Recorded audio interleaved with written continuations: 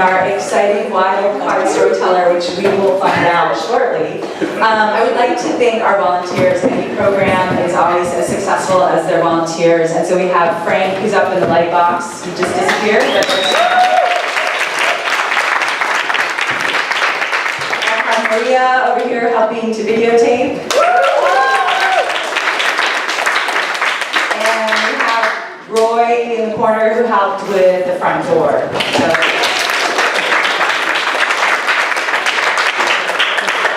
Thank you to all those people. We also have our new website, just went up, beyondborders.org, and we are also always looking to create new partnerships. So if you have any connections at organizations or companies that are interested in storytelling or having us come in and present a workshop, we are available to do that. So keep that in mind. All right, the moment you have all been waiting for. Yes. Yeah. All right, we are having our wild card storyteller, and we usually don't do this, we just do it every once in a while, so this is actually very exciting for us too. We have had 3 brave and courageous people put their names in, and we will be pulling out a name in just a second. Will has the names here, and they will have 5 minutes to come up and tell their story. And we have like a timer here so they can check out the time. And we are a loving crowd. All right, Will, bring up the names. Oh, okay. I feel like I should be going do do do do do do do do. All right. Our name is Kristiana.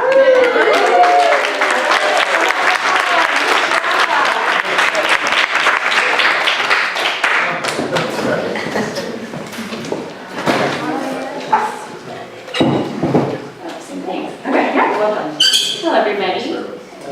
Hey. Okay, great. Thank you. So, 3 months ago, I decided I wanted to go on my first ever solo backpacking trip.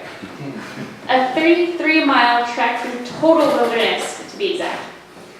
A week beforehand, I came to my senses and decided to invite my coworker Zach, who happens to be incredibly fit, stoic, and also in the National Guard. So I figured, oh yeah, like, you know, a perfect complement through our trek through total wilderness, which happens to only be 16 miles away from here, Henry Cove State Park.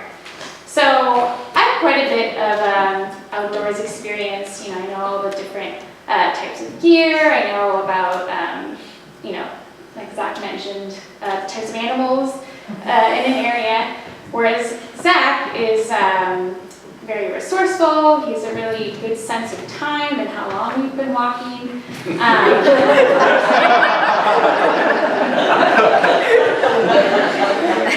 And he's also very, very even-keeled, whereas me, someone with, you know, I'm a little more high-strung, a little more anxious. It definitely really helped. So we start off, and we decided to do maybe max, I don't know. We were going to see what, how far we could make it the first day. So about, I don't know, a few miles in, we ran into a ranger who was super excited to see the both of us trekking through this super desolate area. And he goes, oh, are you guys going to go into the Oristimba wilderness?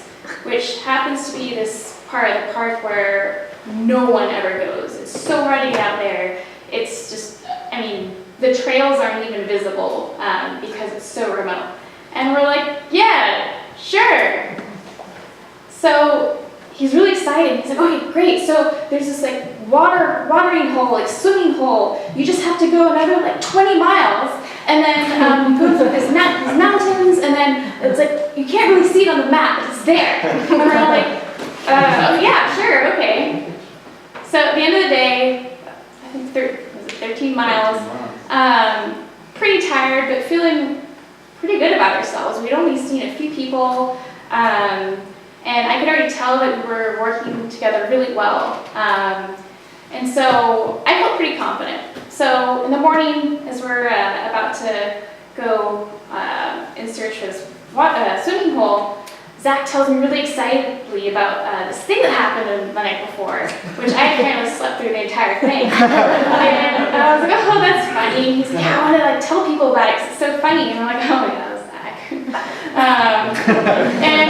So we started our trek, and this is probably the steepest part of the trip. We're literally like scaling these like barren rocks. It's called the Rooster Cone, and we're going and going and going, and I realized my shoes were too small, and like, my toes just like started bleeding. So like every like 10 minutes, I know like I told you that I was like really good doing outdoor stuff, but like I really need to sit down for a second because my shoes are too small and I've only worn them once. And anyway, so we've gone like probably just a few miles, but it seemed like hours. And the whole I know the whole time I was just complaining and feeling really embarrassed because I told him I was an expert, and the whole time Zach was like, okay, but then we keep going, and totally like not phased at all. And at this point I was like, oh god, like he's so much endurance, and he's like